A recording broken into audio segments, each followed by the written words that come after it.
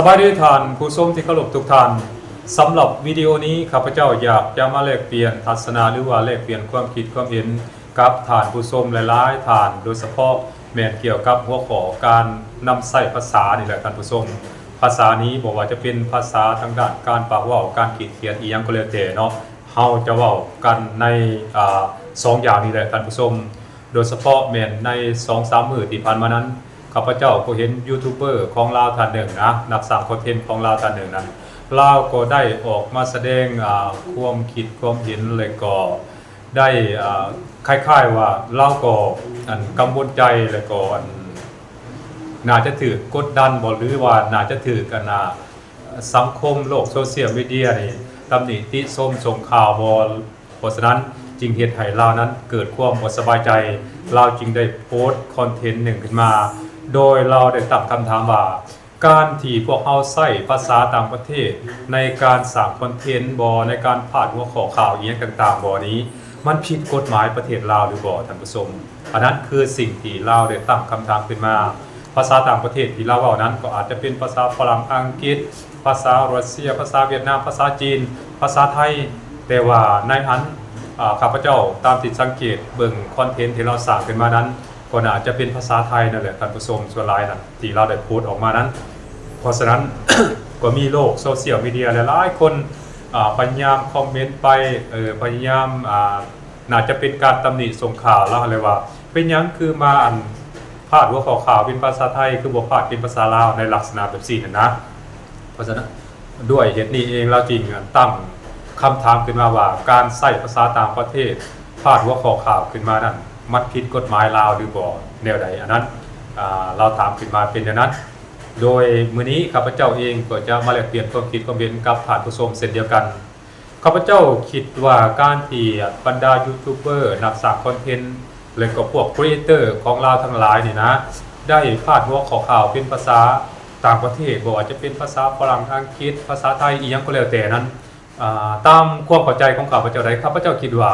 มันบ่ผิดกฎหมายของประเทศลาวอย่างเด็ดขาดและก็บ่ผิดอย่างแน่นอนท่านผู้ชมอันนั้นคือสิ่งที่ข้าพเจ้าคิดว่ามันน่าจะบ่ผิดเพราะว่าในรัฐธรรมนูญก็ดีในกฎหมายก็ดีเนาะ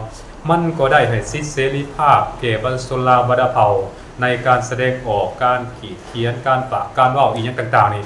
ประชาชนลาวของพวกเฮานี่มีสิทธิ์ประมาณอยู่11สิทธิ์และก็มีอยู่3พันธะด้วยกันตามพวกเฮาเบิ่งตามรัฐธรรมนูญของสปปลาวพวกเฮานั้นและในกฎหมายนี่ก็ยิ่งบ่เว้าท่านผู้ชมกฎหมายการปกป้องสิทธิมนุษย์กฎหมายว่าด้วยพลเมืองอีหยังต่างๆนี่มันก็ได้ระบุไว้อย่างชัดเจนว่าประชาชนคนลาวบรรดาเผ่านี้สามารถมีสิทธิ์ย้ายถิ่นฐานสามารถปากเว้าหรือว่าสามารถเฮ็ดอีหยังได้ตามที่กฎหมายได้กำหนดนั้นบ่มีผิดท่านผู้ชมและนี่ก็เช่นเดียวกันเนาะการใช้ภาษาต่างประเทศในการสร้างคอนเทนต์บ่การอธิบายอีหยังต่างๆนี้ข้าพเจ้าคิดว่ามันน่าจะบ่ผิดเนาะน่าจะบ่ผิดบ่ว่าจะเป็นภาษาอีหยังก็แล้วแต่ว่าพวกเฮาต้องรู้จักว่าเฮาใช้ภาษาดังกล่าวนั้นในกาลโอกาสใดเนาะพวกเฮาต้องรู้จักการนำใช้ของมันเช่นเดียวกันว่าเฮาจะนำภาษาดังกล่าวนั้นมาใช้ในกาลโอกาสอันใดอันนั้นคือสิ่งสำคัญเนาะท่านผู้ชมเนาะและอีกอันหนึ่งที่ข้าพเจ้าอยากบอกนั่นก็คือ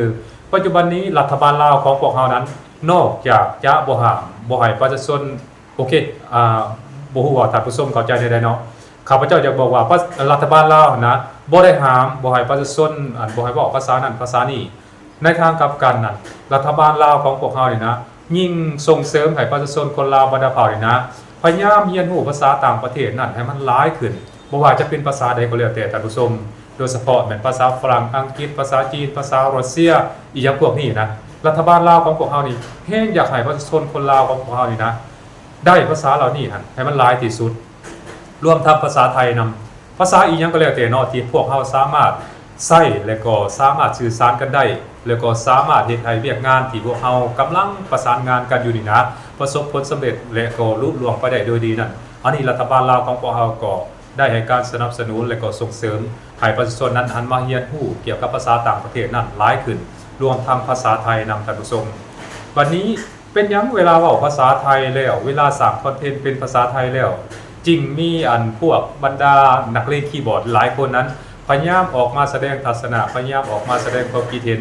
อาจจะเว้าได้ว่าในทิศทางลบนั่นแหละก็เป็นไปได้ท่านผู้ชมเหตุผลหนึ่งก็สืบเนื่องมาจากว่าเขาน่าจะเข้าใจว่าภาษาไทยนั่นมันบ่แม่นภาษาสากลภาษาไทยนะมันเป็นภาษาท้องถิ่นซึ่งมีเพียง2ประเทศเท่านั้นแหละที่พวกเราสามารถ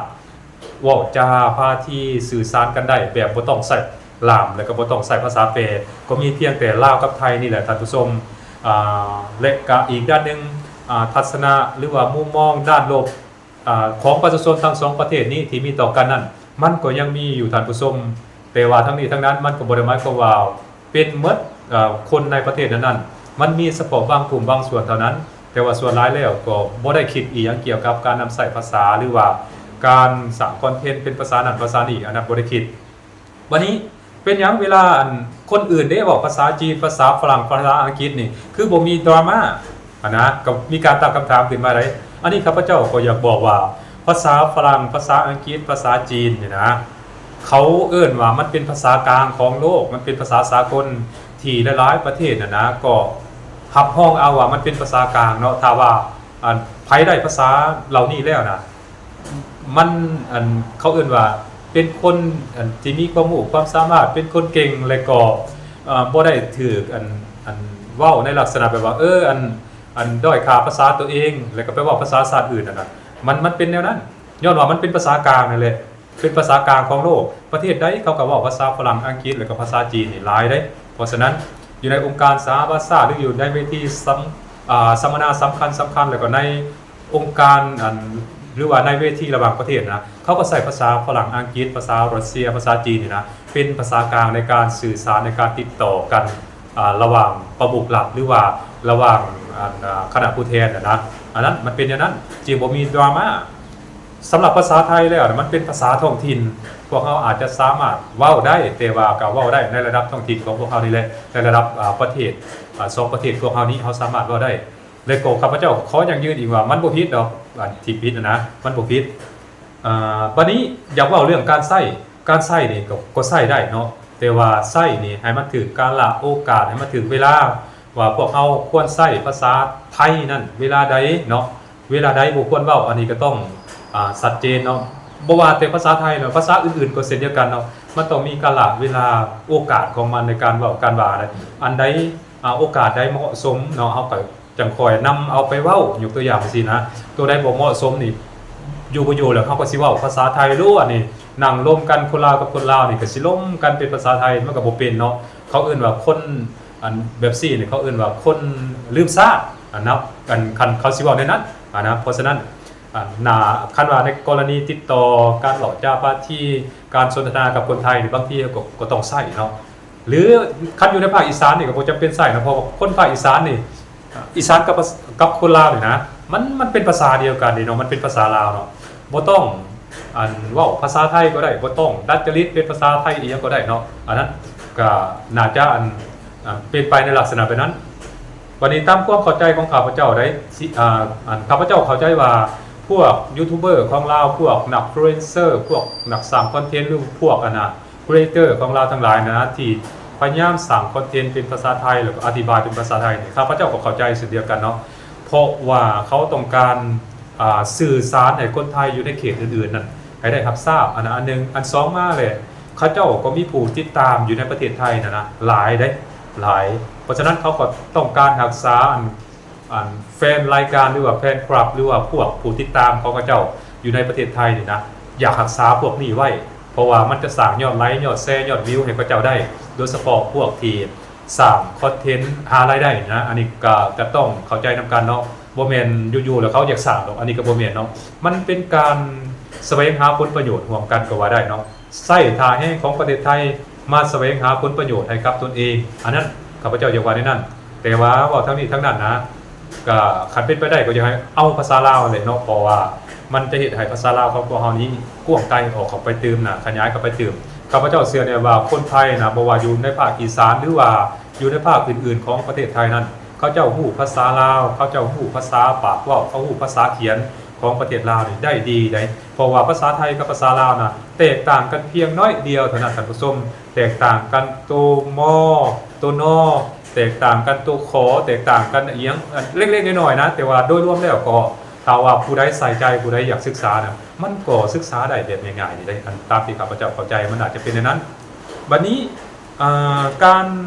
ยกภาษาลาวขึ้นมามีบทบาทสำคัญในโลกโซเชียลมีเดียคือการใช้ภาษาลาวมาอธิบายนะมัน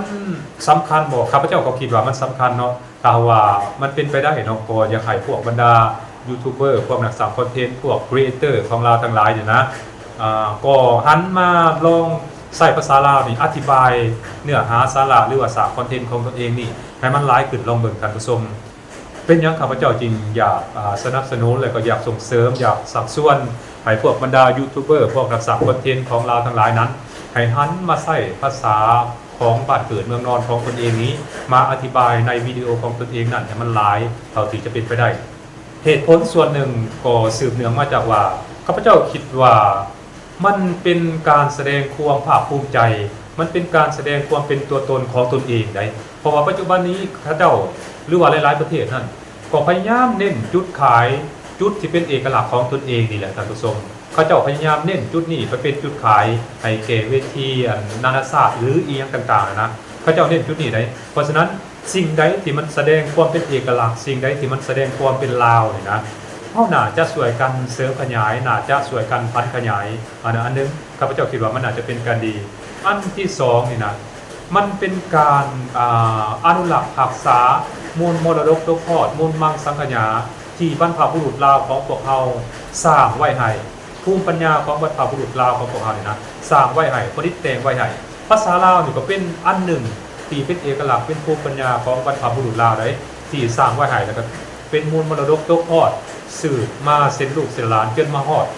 รุ่นพวกเรานี่แหละท่านผู้ชมเพราะฉะนั้นมันก็สืบทอดมาหลายพันปีแล้วก็อย่าให้มันล่นหายไปจากโลกหน่วยนี้เฮาต้องช่วยกันอนุรักษ์รักษาช่วยกันเผยแพร่เนาะบ่มีประเทศใดดอกที่บอกว่าที่อยากให้อนุชนคนรุ่นหลังของตนเองนั้นลืมภาพเงาของตนเองลืมศิลปะวัฒนธรรมลืมฮิตของประเพณีอันดีงามของตนเองแล้วก็ร่วมทางลืมภาษาและร่วมบ้านเกิดเมืองนอนของตนเองบ่มีท่านผู้ชมในนั้นก็ร่วมทางประเทศลาวของพวกเขานำนั่นแหละท่านผู้ชมอันนึงอันที่2มาเนี่ยมันเป็นการเผยแพร่เป็นการเผยแพร่บทบาทเผยแพร่อิทธิพลเผยแพร่เอกลักษณ์ของความเป็นลาวนี้ให้ชาวโลกของพวกเขาของพวกของโลกอะไรให้ได้รับทราบเหมือนกันว่าประเทศลาวของพวกเขาเนี่ยก็มีดีได้มีภาษามีเอกลักษณ์มีศิลปะวัฒนธรรมมีฮิตของประเพณีอันดีงามเป็นของตนเองนะดิมันเป็นในนั้นนะท่านผู้ชมเพราะฉะนั้นข้าพเจ้าอยากสรุปว่าการที่พวกเขาเว้าภาษาต่างประเทศอีหยังก็แล้วแต่เนาะก็อย่าลืมแทรกภาษาบ้านเกิดเมืองนอนของตนเองนั้นเข้าไปนำท่านผู้ชมและก็อยากบอกอีกเรื่องนึงว่าการเว้าภาษาต่างประเทศการอธิบายเป็นภาษาต่างประเทศก็บ่ผิดกฎหมายประเทศลาวดอกเนาะท่านอยากเว้าก็เว้าไปเนาะแต่ว่าก็อยากให้คำนึงถึงภาพเหงาของตนเองแน่อยากให้คำนึงถึงสิ่งดีๆงามๆของประเทศลาวพวกเขาเนี่ยเนาะช่วยกันเผยแพร่ศิลปะตัวนี้ช่วยกันเผยแพร่มูลมังสังขยาของบรรพบุรุษของเขาที่สร้างไว้ให้อนุชนคนรุ่นหลังจนมาฮอดปัจจุบันนี้ให้มันยังคงอยู่คู่กับศาสตร์ลาวของพวกเขาตลอดไปอันนั้นคือสิ่งที่ข้าพเจ้าอยากบอกอยากเล่าอยากเล่าให้บรรดาท่านผู้ชมได้รับชมรับฟังนำกันถ้าว่าพวกเขาบ่ช่วยกันอนุรักษ์ปกปักรักษาแล้วมื้อนึงบ่ว่าจะเป็นภาษาอีหยังต่างๆที่เป็นที่บ่งบอกถึงความเป็นลาวนี่นะมันก็จะสูญหายไปและมื้อนึงศาสตร์ลาวของพวกเขานี้ก็จะสูญหายไปจากโลกหน่วยนี้อย่างแน่นอนท่านผู้ชมถ้าพวกเราหลายๆคนนั้นบ่ห่วงไม้ห่วงมือบ่ช่วยเหลือกันอนุรักษ์รักษาไว้คนต่างประเทศนั้นเขาจะบ่เข้ามาอนุรักษ์รักษาให้คนลาวของพวกเราอย่างแน่นอนมีแต่คนลาวของพวกเรานี่แหละจะช่วยกันอนุรักษ์รักษาช่วยกันปกปักรักษาให้มูลมังสังขยาต่างๆที่บรรพบุรุษของพวกเราสร้างไว้ให้นะให้มันยังคงอยู่คู่กับศาสตร์ลาวตลอดไปท่านผู้ชมไทยนี่เขาก็จะบ่อนุรักษ์ให้เฮาอย่างแน่นอนเนาะเขาก็